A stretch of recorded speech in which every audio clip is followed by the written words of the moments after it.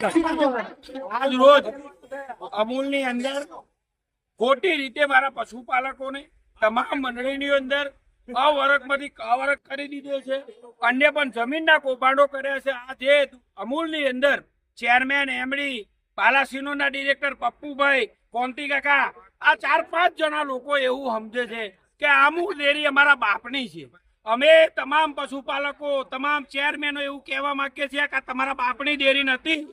આ અમારા 1258 ગામોની પશુપાલકોના હિતની અમૂલ ડેરી છે. ત્યારે તમે જે ખોટું કરી રહ્યા છો એના ઉપર અમારો વિરોધ છે.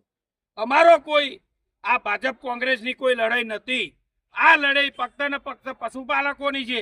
છેલ્લા 5 વર્ષથી આમને માજા મૂકી દીધી છે અમૂલની અંદર. એમને મન ભાવે એ રીતે બહારના લોકોની 25-25 લાખ રૂપિયા લઈને ભરતી કરે. અમારી 27/9ની સાધારણ સભાની અંદર પણ માંગણી હતી કે 3 મુદ્દા ઉપર માંગણીની રજૂઆત હતી, પણ આજ સુધી 10 મહિના જવા આવ્યા તો સુધી આ લોકોના પેટમાં પાણી નથી હલતું. ત્યારે આમાંથી ક કર્યા છે એટલે તમામ મંડળીના લોકો અમે આજે આવેદન પત્ર આપવા આવ્યા છે. અમૂલ ડેરી બાદ તમે ક્યાં જશો? અમૂલ ડેરીની અંદર જ ઉભા છીએ અમે, પણ આ લુખાઓને અમે કહેવા માંગીએ છીએ કે માફમાં રહેજો. આવનારા દિવસોમાં અંદર આ 1258 મંડળીની અંદર એક પણ ગામમાં નહીં બેહાય. મારા પશુપાલકોનો ન્યાય આપજો. અગર કોઈનો મત નહીં હાલે લીલા તોરણે હારા લુખાઓ ઘેર જશો.